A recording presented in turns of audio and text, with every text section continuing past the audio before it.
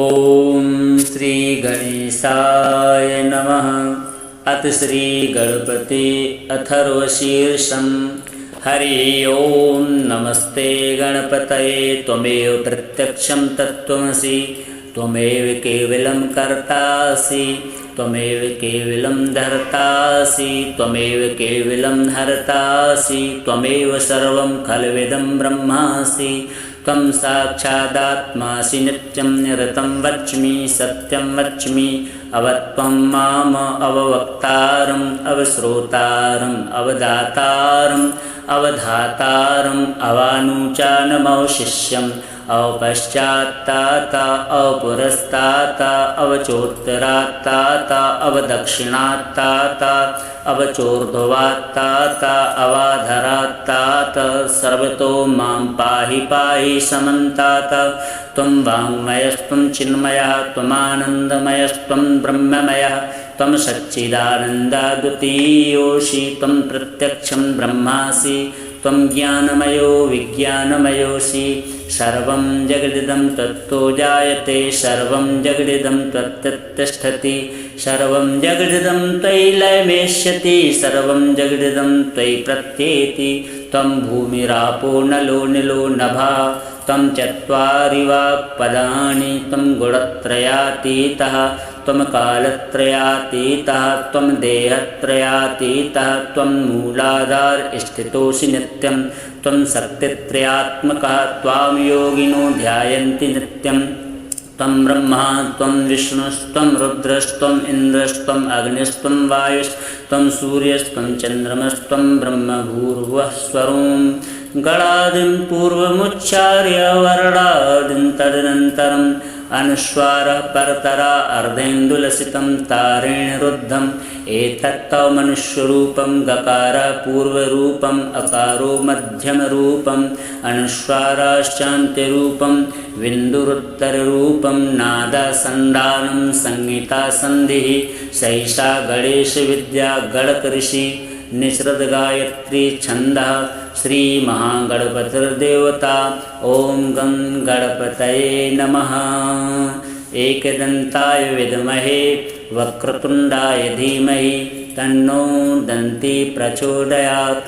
एकदन्तं चतुर्हस्तं पाशमङ्कुशधारिणम् अभयं वरदं हस्तैर्बिभ्राणं मूषकध्वजं रक्तं लम्बोदरं शूर्पकर्णकं रक्तवासिषं रक्तगन्धानुलिप्ताङ्गं रक्तपुष्पैः सुपूजितं भक्तानुकम्पिनं देवं जगत्कारणमच्युतम् आविर्भूतं च सृष्ट्यादौ प्रकृतेः पुरुषात् परम् एवं ध्यायति यो नित्यं स योगी योगिनां वरः।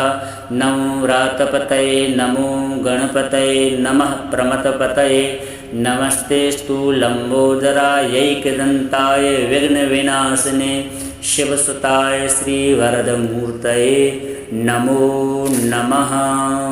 हरि ओम नमस्ते गणपतये त्वमेव प्रत्यक्षं तत्त्वमसि त्वमेव केवलं कर्तासि त्वमेव केवलं धर्तासि त्वमेव केवलं हर्तासि त्वमेव सर्वं खल्विदं ब्रह्मासि त्वं साक्षादात्मासि नित्यं निरतं वच्मि सत्यं वच्मि अवत्वं माम अववक्तारम् अवश्रोतारम् अवदातारम् अवधातारम् अवानुचानमवशिष्यम् अवपश्चात्ताता अवपुरस्ताता अवचोत्तरात्ताता अवदक्षिणात्ताता अवचोर्ध्वात्ताता अवाधरात्ताता सर्वतो मां पाहि पाहि समन्ताता।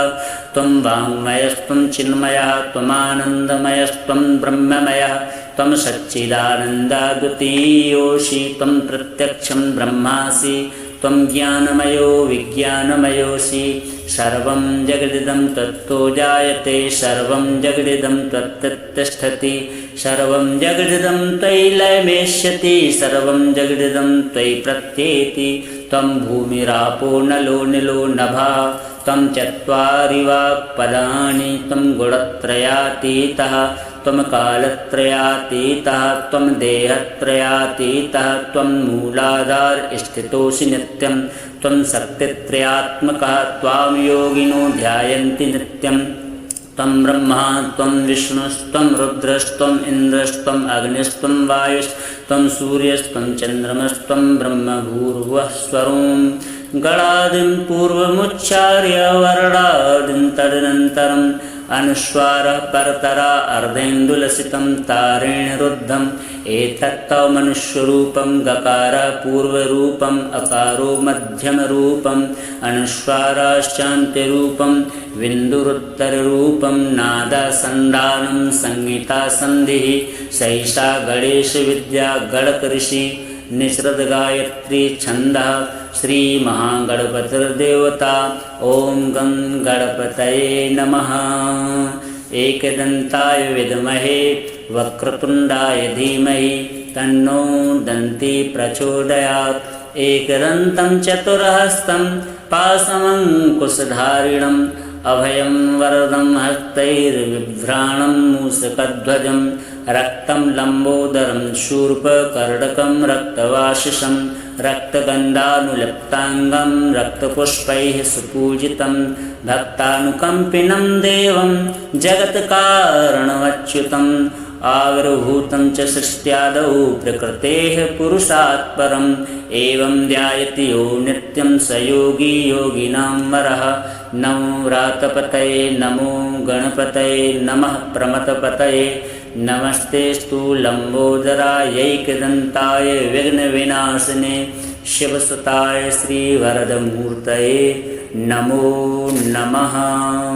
हरि ओं नमस्ते गणपतये त्वमेव प्रत्यक्षं तत्त्वमसि त्वमेव केवलं कर्तासि त्वमेव केवलं धर्तासि त्वमेव केवलं हर्तासि त्वमेव सर्वं खल्विदं ब्रह्मासि त्वं साक्षादात्मासि नित्यं निरतं वच्मि सत्यं वच्मि अवत्वं माम अववक्तारम् अवश्रोतारम् अवदातारम् अवधातारम् अवानुचानमवशिष्यम् अवपश्चात्ताता अवपुरस्ताता अवचोत्तरात्ताता अवदक्षिणात्ताता अवचोर्ध्वात्ताता अवाधरात्ताता सर्वतो मां पाहि पाहि समन्ताता।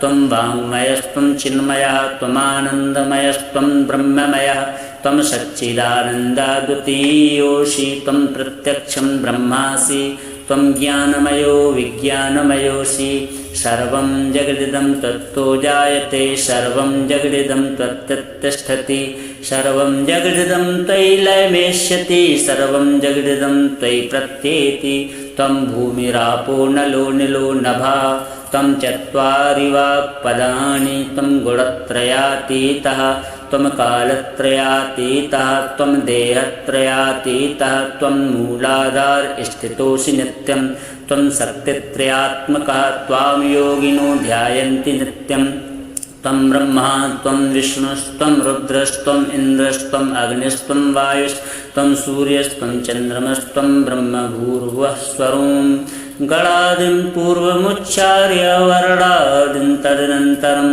अनुस्वारः परतरा अर्धेन्दुलसितं तारेण रुद्धम् एतत्तव मनुष्यरूपं गकारः पूर्वरूपम् अकारो मध्यमरूपम् अनुस्वाराश्चान्त्यरूपं विन्दुरुत्तररूपं नादासन्धानं संहितासन्धिः सैषा गणेशविद्या गणकऋषि निसृतगायत्री छन्दः श्रीमहागणपतिर्देवता ॐ गं गणपतये नमः। एकदन्ताय विद्महे वक्रतुण्डाय धीमहि तन्नो दन्ती प्रचोदयात्। एकदन्तं चतुर्हस्तं पाशमङ्कुशधारिणम् अभयं वरदं हस्तैर्बिभ्राणं मूषकध्वजं रक्तं लम्बोदरं शूर्पकर्णकं रक्तवासिषं रक्तगन्धानुलिप्ताङ्गं रक्तपुष्पैः सुपूजितं भक्तानुकम्पिनं देवं जगत्कारणमच्युतम् आविर्भूतं च सृष्ट्यादौ प्रकृतेः पुरुषात् परम् एवं ध्यायति यो नित्यं स योगी योगिनां वरः। नमो व्रातपतये नमो गणपतये नमः प्रमथपतये नमस्तेस्तु लम्बोदरायैकदन्ताय विघ्नविनाशिने शिवसुताय श्रीवरदमूर्तये नमो नमः।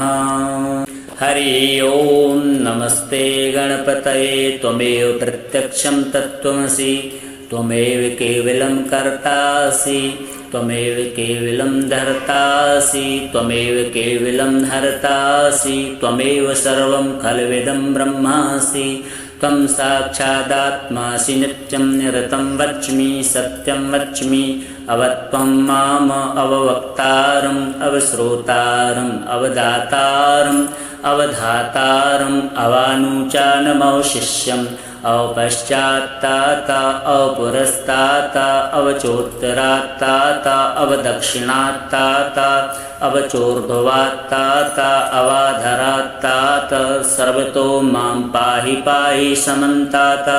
त्वं वाङ्मयस्त्वं चिन्मयः त्वमानन्दमयस्त्वं ब्रह्ममयः त्वं सच्चिदानन्दाद्वितीयोऽसि त्वं प्रत्यक्षं ब्रह्मासि त्वं ज्ञानमयो विज्ञानमयोऽसि सर्वं जगदिदं तत्तो जायते सर्वं जगदिदं त्वत्तिष्ठति सर्वं जगदिदं त्वयि लयमेष्यति सर्वं जगदिदं त्वयि प्रत्येति त्वं भूमिरापो नलो निलो नभः त्वं चत्वारि वाक्पदानि त्वं गुणत्रयातीतः त्वं कालत्रयातीतः त्वं देहत्रयातीतः त्वं मूलाधार स्थितोऽसि नित्यं त्वं शक्तित्रयात्मकः त्वां योगिनो ध्यायन्ति नित्यं त्वं ब्रह्मा त्वं विष्णुस्त्वं रुद्रस्त्वम् इन्द्रस्त्वम् अग्निस्त्वं वायुस्त्वं सूर्यस्त्वं चन्द्रमस्त्वं ब्रह्मभूर्भुवः स्वरों गणादिं पूर्वमुच्चार्य वर्णादिं तदनन्तरम् अनुस्वारः परतरा अर्धेन्दुलसितं तारेण रुद्धम् एतत्तव मनुष्यरूपं गकारः पूर्वरूपम् अकारो मध्यमरूपम् अनुस्वाराश्चान्त्यरूपं बिन्दुरुत्तररूपं नादासन्धानं संहितासन्धिः सैषा गणेशविद्या गणकऋषि निसृतगायत्री छन्दः श्रीमहागणपतिर्देवता ॐ गं गणपतये नमः। एकदन्ताय विद्महे वक्रतुण्डाय धीमहि तन्नो दन्ती प्रचोदयात्। एकदन्तं चतुर्हस्तं पाशमङ्कुशधारिणम् अभयं वरदं हस्तैर्बिभ्राणं मूषकध्वजं रक्तं लम्बोदरं शूर्पकर्णकं रक्तवासिषं रक्तगन्धानुलिप्ताङ्गं रक्तपुष्पैः सुपूजितं भक्तानुकम्पिनं देवं जगत्कारणमच्युतम् आविर्भूतं च सृष्ट्यादौ प्रकृतेः पुरुषात् परम् एवं ध्यायति यो नित्यं स योगी योगिनां वरः। नमो व्रातपतये नमो गणपतये नमः प्रमथपतये नमस्तेस्तु लम्बोदरायैकदन्ताय विघ्नविनाशिने शिवसुताय श्रीवरदमूर्तये नमो नमः। हरि ओं नमस्ते गणपतये त्वमेव प्रत्यक्षं तत्त्वमसि त्वमेव केवलं कर्तासि त्वमेव केवलं धर्तासि त्वमेव केवलं हर्तासि त्वमेव सर्वं खल्विदं ब्रह्मासि त्वं साक्षादात्मासि नित्यं निरतं वच्मि सत्यं वच्मि अवत्वं माम अववक्तारम् अवश्रोतारम् अवदातारम् अवधातारम् अवानुचानमवशिष्यम् अवपश्चात्ताता अवपुरस्ताता अवचोत्तरात्ताता अवदक्षिणात्ताता अवचोर्ध्वात्ताता अवाधरात्ताता सर्वतो मां पाहि पाहि समन्ताता। त्वं वाङ्मयस्त्वं चिन्मयः त्वमानन्दमयस्त्वं ब्रह्ममयः त्वं सच्चिदानन्दाद्वितीयोऽसि त्वं प्रत्यक्षं ब्रह्मासि त्वं ज्ञानमयो विज्ञानमयोऽसि सर्वं जगदिदं तत्तो जायते सर्वं जगदिदं त्वत्तिष्ठति सर्वं जगदिदं त्वयि लयमेष्यति सर्वं जगदिदं त्वयि प्रत्येति त्वं भूमिरापो नलो निलो नभः त्वं चत्वारि वाक्पदानि त्वं गुणत्रयातीतः त्वं कालत्रयातीतः त्वं देहत्रयातीतः त्वं मूलाधार स्थितोऽसि नित्यं त्वं शक्तित्रयात्मकः त्वां योगिनो ध्यायन्ति नित्यं त्वं ब्रह्मा त्वं विष्णुस्त्वं रुद्रस्त्वम् इन्द्रस्त्वम् अग्निस्त्वं वायुस्त्वं सूर्यस्त्वं चन्द्रमस्त्वं ब्रह्मभूर्भुवः स्वरों गणादिं पूर्वमुच्चार्य वर्णादिं तदनन्तरम् अनुस्वारः परतरा अर्धेन्दुलसितं तारेण रुद्धम् एतत्तव मनुष्यरूपं गकारः पूर्वरूपम् अकारो मध्यमरूपम् अनुस्वाराश्चान्त्यरूपं विन्दुरुत्तररूपं नादसन्धानं संहितासन्धिः सैषा गणेशविद्या गणकऋषि निसृतगायत्री छन्दः श्रीमहागणपतिर्देवता ॐ गं गणपतये नमः। एकदन्ताय विद्महे वक्रतुण्डाय धीमहि तन्नो दन्ती प्रचोदयात्। एकदन्तं चतुर्हस्तं पाशमङ्कुशधारिणम् अभयं वरदं हस्तैर्बिभ्राणं मूषकध्वजं रक्तं लम्बोदरं शूर्पकर्णकं रक्तवासिषं रक्तगन्धानुलिप्ताङ्गं रक्तपुष्पैः सुपूजितं भक्तानुकम्पिनं देवं जगत्कारणमच्युतम् आविर्भूतं च सृष्ट्यादौ प्रकृतेः पुरुषात् परम् एवं ध्यायति यो नित्यं स योगी योगिनां वरः। नमो व्रातपतये नमो गणपतये नमः प्रमथपतये नमस्तेस्तु लम्बोदरायैकदन्ताय विघ्नविनाशिने शिवसुताय श्रीवरदमूर्तये नमो नमः। हरि ओं नमस्ते गणपतये त्वमेव प्रत्यक्षं तत्त्वमसि त्वमेव केवलं कर्तासि त्वमेव केवलं धर्तासि त्वमेव केवलं हर्तासि त्वमेव सर्वं खल्विदं ब्रह्मासि त्वं साक्षादात्मासि नित्यं निरतं वच्मि सत्यं वच्मि अवत्वं माम अववक्तारम् अवश्रोतारम् अवदातारम् अवधातारम् अवानुचानमवशिष्यम् अवपश्चात्ताता अवपुरस्ताता अवचोत्तरात्ताता अवदक्षिणात्ताता अवचोर्ध्वात्ताता अवाधरात्ताता सर्वतो मां पाहि पाहि समन्ताता। त्वं वाङ्मयस्त्वं चिन्मयः त्वमानन्दमयस्त्वं ब्रह्ममयः त्वं सच्चिदानन्दाद्वितीयोऽसि त्वं प्रत्यक्षं ब्रह्मासि त्वं ज्ञानमयो विज्ञानमयोऽसि सर्वं जगदिदं तत्तो जायते सर्वं जगदिदं त्वत्तिष्ठति सर्वं जगदिदं त्वयि लयमेष्यति सर्वं जगदिदं त्वयि प्रत्येति त्वं भूमिरापो नलो निलो नभः त्वं चत्वारि वाक्पदानि त्वं गुणत्रयातीतः त्वं कालत्रयातीतः त्वं देहत्रयातीतः त्वं मूलाधार स्थितोऽसि नित्यं त्वं शक्तित्रयात्मकः त्वां योगिनो ध्यायन्ति नित्यं त्वं ब्रह्मा त्वं विष्णुस्त्वं रुद्रस्त्वम् इन्द्रस्त्वम् अग्निस्त्वं वायुस्त्वं सूर्यस्त्वं चन्द्रमस्त्वं ब्रह्मभूर्भुवः स्वरों गणादिं पूर्वमुच्चार्य वर्णादिं तदनन्तरम् अनुस्वारः परतरा अर्धेन्दुलसितं तारेण रुद्धम् एतत्तव मनुष्यरूपं गकारः पूर्वरूपम् अकारो मध्यमरूपम् अनुस्वाराश्चान्त्यरूपं विन्दुरुत्तररूपं नादसन्धानं संहितासन्धिः सैषा गणेशविद्या गणकऋषि निसृतगायत्री छन्दः श्रीमहागणपतिर्देवता ॐ गं गणपतये नमः। एकदन्ताय विद्महे वक्रतुण्डाय धीमहि तन्नो दन्ती प्रचोदयात्।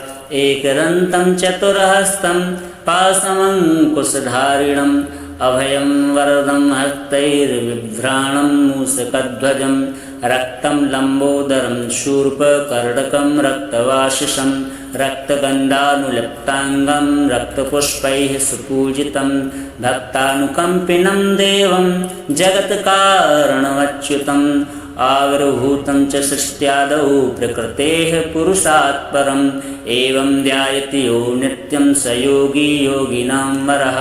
नमो व्रातपतये नमो गणपतये नमः प्रमथपतये नमस्तेऽस्तु लम्बोदरायैकदन्ताय विघ्नविनाशिने शिवसुताय श्रीवरदमूर्तये नमो नमः। हरि ओम नमस्ते गणपतये त्वमेव प्रत्यक्षं तत्त्वमसि त्वमेव केवलं कर्तासि त्वमेव केवलं धर्तासि त्वमेव केवलं हर्तासि त्वमेव सर्वं खल्विदं ब्रह्मासि त्वं साक्षादात्मासि नित्यं निरतं वच्मि सत्यं वच्मि अवत्वं माम अववक्तारम् अवश्रोतारम् अवदातारम् अवधातारम् अवानुचानमवशिष्यम् अवपश्चात्ताता अवपुरस्ताता अवचोत्तरात्ताता अवदक्षिणात्ताता अवचोर्ध्वात्ताता अवाधरात्ताता सर्वतो मां पाहि पाहि समन्ताता।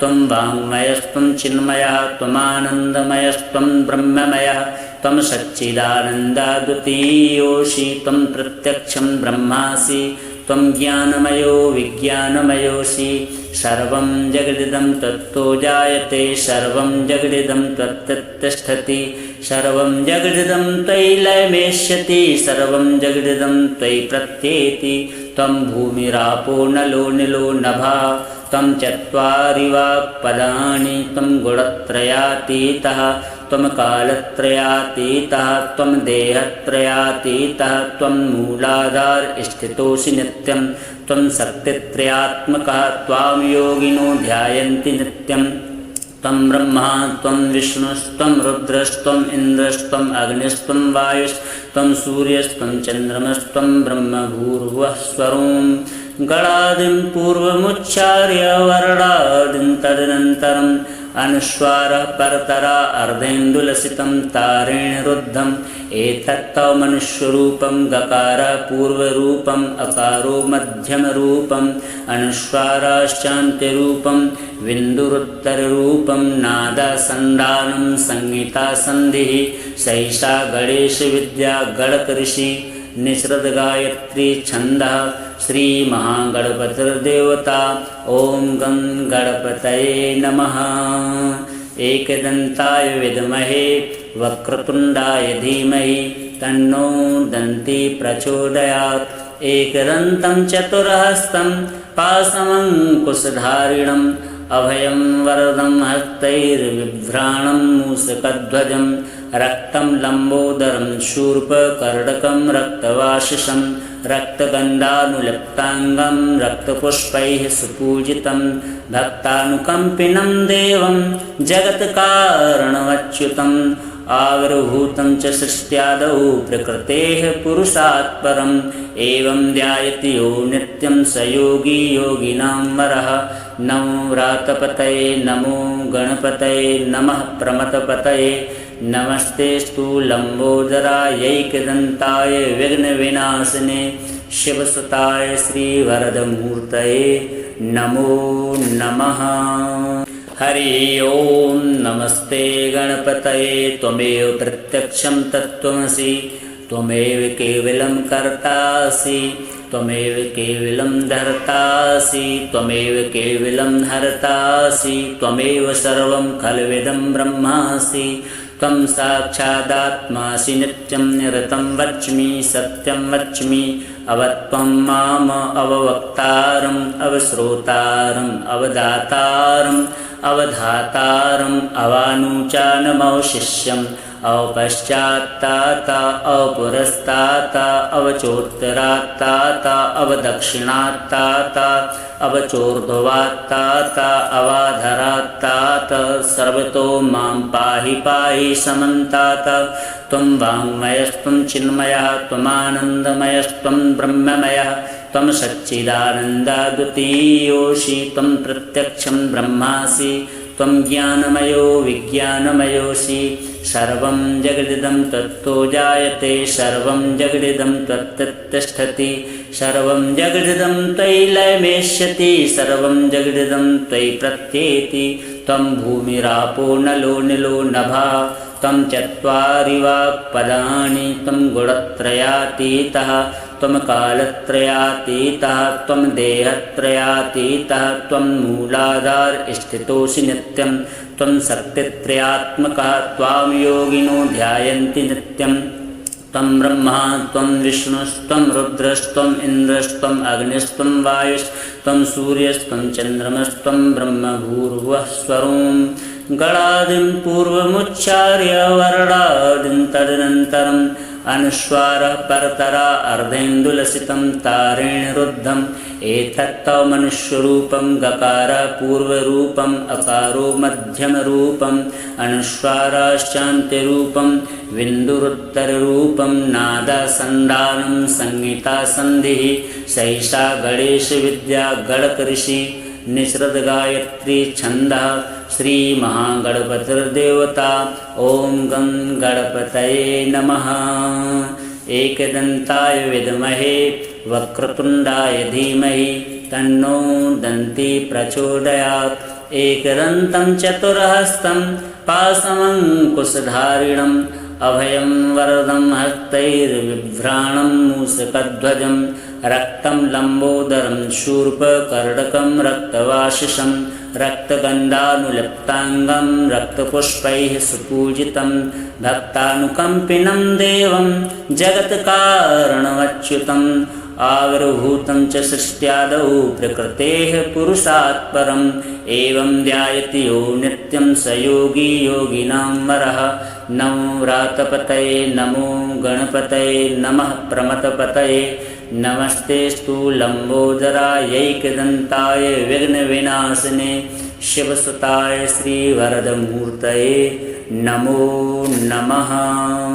हरि ओम नमस्ते गणपतये त्वमेव प्रत्यक्षं तत्त्वमसि त्वमेव केवलं कर्तासि त्वमेव केवलं धर्तासि त्वमेव केवलं हर्तासि त्वमेव सर्वं खल्विदं ब्रह्मासि त्वं साक्षादात्मासि नित्यं निरतं वच्मि सत्यं वच्मि अवत्वं माम अववक्तारम् अवश्रोतारम् अवदातारम् अवधातारम् अवानुचानमवशिष्यम् अवपश्चात्तात अवपुरस्तात अवचोत्तरात्तात अवदक्षिणात्तात अवचोर्ध्वात्तात अवाधरात्तात सर्वतो मां पाहि पाहि समन्तात त्वं वाङ्मयस्त्वं चिन्मयः त्वमानन्दमयस्त्वं ब्रह्ममयः त्वं सच्चिदानन्दाद्वितीयोऽसि त्वं प्रत्यक्षं ब्रह्मासि त्वं ज्ञानमयो विज्ञानमयोऽसि सर्वं जगदिदं तत्तो जायते सर्वं जगदिदं त्वत्तिष्ठति सर्वं जगदिदं त्वयि लयमेष्यति सर्वं जगदिदं त्वयि प्रत्येति त्वं भूमिरापो नलो निलो नभः त्वं चत्वारि वाक्पदानि त्वं गुणत्रयातीतः त्वं कालत्रयातीतः त्वं देहत्रयातीतः त्वं मूलाधार स्थितोऽसि नित्यं त्वं शक्तित्रयात्मकः त्वां योगिनो ध्यायन्ति नित्यं त्वं ब्रह्मा त्वं विष्णुस्त्वं रुद्रस्त्वम् इन्द्रस्त्वम् अग्निस्त्वं वायुस्त्वं सूर्यस्त्वं चन्द्रमस्त्वं ब्रह्मभूर्भुवः स्वरों गणादिं पूर्वमुच्चार्य वर्णादिं तदनन्तरम् अनुस्वारः परतरा अर्धेन्दुलसितं तारेण रुद्धम् एतत्तव मनुष्यरूपं गकार पूर्वरूपम् अकारो मध्यमरूपम् अनुस्वाराश्चान्त्यरूपं विन्दुरुत्तररूपं नादासन्धानं संहितासन्धिः सैषा गणेशविद्या गणकऋषि निसृतगायत्री छन्दः श्रीमहागणपतिर्देवता ॐ गं गणपतये नमः। एकदन्ताय विद्महे वक्रतुण्डाय धीमहि तन्नो दन्ती प्रचोदयात् एकदन्तं चतुर्हस्तं पाशमङ्कुशधारिणम् अभयं वरदं हस्तैर्बिभ्राणं मूषकध्वजं रक्तं लम्बोदरं शूर्पकर्णकं रक्तवासिषं रक्तगन्धानुलिप्ताङ्गं रक्तपुष्पैः सुपूजितं भक्तानुकम्पिनं देवं जगत्कारणमच्युतम् आविर्भूतं च सृष्ट्यादौ प्रकृतेः पुरुषात् परम् एवं ध्यायति यो नित्यं स योगी योगिनां वरः। नमो व्रातपतये नमो गणपतये नमः प्रमथपतये नमस्तेऽस्तु लम्बोदरायैकदन्ताय विघ्नविनाशिने शिवसुताय श्रीवरदमूर्तये नमो नमः। हरि ओम नमस्ते गणपतये त्वमेव प्रत्यक्षं तत्त्वमसि त्वमेव केवलं कर्तासि त्वमेव केवलं धर्तासि त्वमेव केवलं हर्तासि त्वमेव सर्वं खल्विदं ब्रह्मासि त्वं साक्षादात्मासि नित्यं निरतं वच्मि सत्यं वच्मि अवत्वं माम अववक्तारम् अवश्रोतारम् अवदातारम् अवधातारम् अवानुचानमवशिष्यम् अवपश्चात्ताता अवपुरस्ताता अवचोत्तरात्ताता अवदक्षिणात्ताता अवचोर्ध्वात्ताता अवाधरात्ताता सर्वतो मां पाहि पाहि समन्ताता। त्वं वाङ्मयस्त्वं चिन्मयः त्वमानन्दमयस्त्वं ब्रह्ममयः त्वं सच्चिदानन्दाद्वितीयोऽसि त्वं प्रत्यक्षं ब्रह्मासि त्वं ज्ञानमयो विज्ञानमयोऽसि सर्वं जगदिदं तत्तो जायते सर्वं जगदिदं त्वत्तिष्ठति सर्वं जगदिदं त्वयि लयमेष्यति सर्वं जगदिदं त्वयि प्रत्येति त्वं भूमिरापो नलो निलो नभः त्वं चत्वारि वाक्पदानि त्वं गुणत्रयातीतः त्वं कालत्रयातीतः त्वं देहत्रयातीतः त्वं मूलाधार स्थितोऽसि नित्यं त्वं शक्तित्रयात्मकः त्वां योगिनो ध्यायन्ति नित्यं त्वं ब्रह्मा त्वं विष्णुस्त्वं रुद्रस्त्वम् इन्द्रस्त्वम् अग्निस्त्वं वायुस्त्वं सूर्यस्त्वं चन्द्रमस्त्वं ब्रह्म भूर्भुवः स्वरों गणादिं पूर्वमुच्चार्य वर्णादिं तदनन्तरम्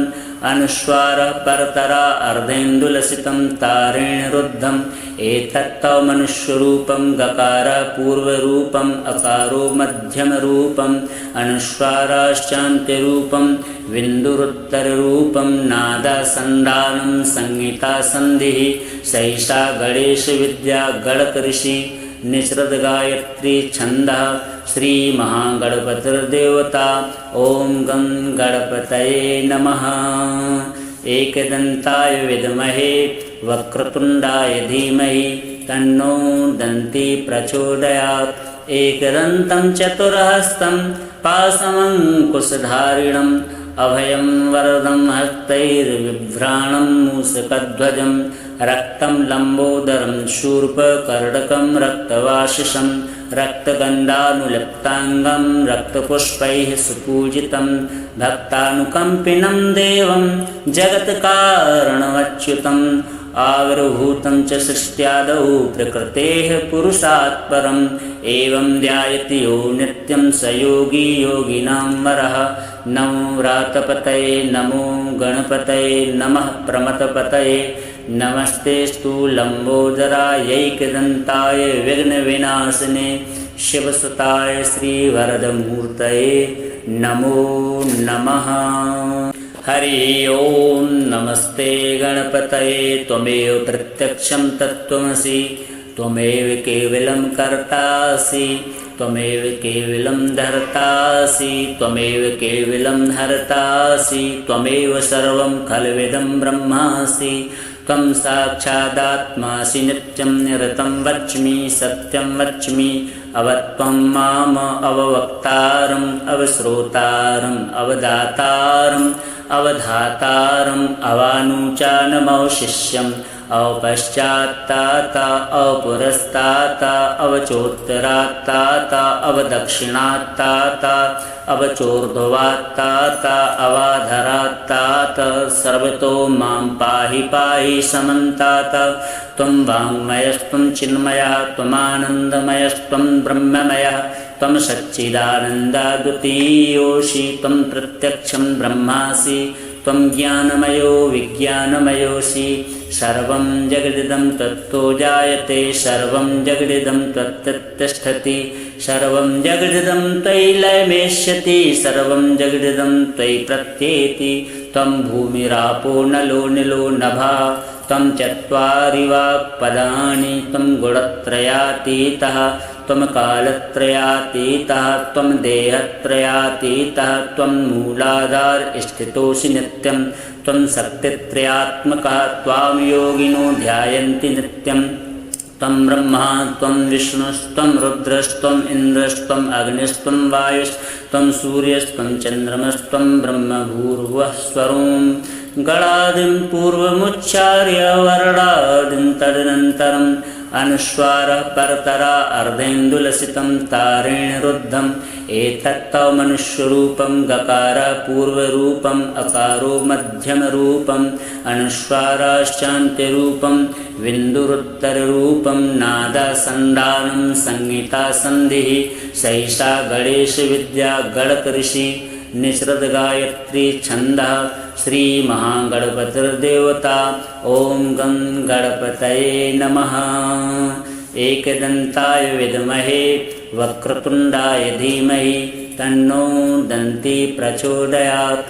एकदन्तं चतुर्हस्तं पाशमङ्कुशधारिणम् अभयं वरदं हस्तैर्बिभ्राणं मूषकध्वजं रक्तं लम्बोदरं शूर्पकर्णकं रक्तवासिषं रक्तगन्धानुलिप्ताङ्गं रक्तपुष्पैः सुपूजितं भक्तानुकम्पिनं देवं जगत्कारणमच्युतम् आविर्भूतं च सृष्ट्यादौ प्रकृतेः पुरुषात् परम् एवं ध्यायति यो नित्यं स योगी योगिनां वरः। नमो व्रातपतये नमो गणपतये नमः प्रमथपतये नमस्तेस्तु लम्बोदरायैकदन्ताय विघ्नविनाशिने शिवसुताय श्रीवरदमूर्तये नमो नमः।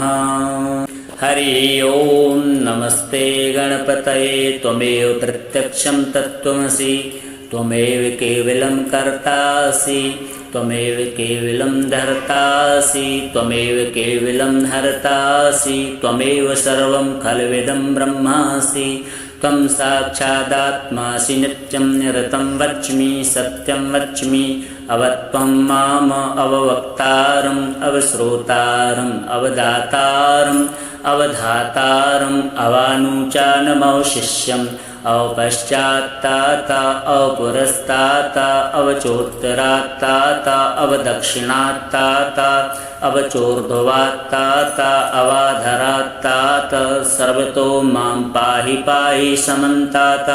त्वं वाङ्मयस्त्वं चिन्मयः त्वमानन्दमयस्त्वं ब्रह्ममयः त्वं सच्चिदानन्दाद्वितीयोऽसि त्वं प्रत्यक्षं ब्रह्मासि त्वं ज्ञानमयो विज्ञानमयोऽसि।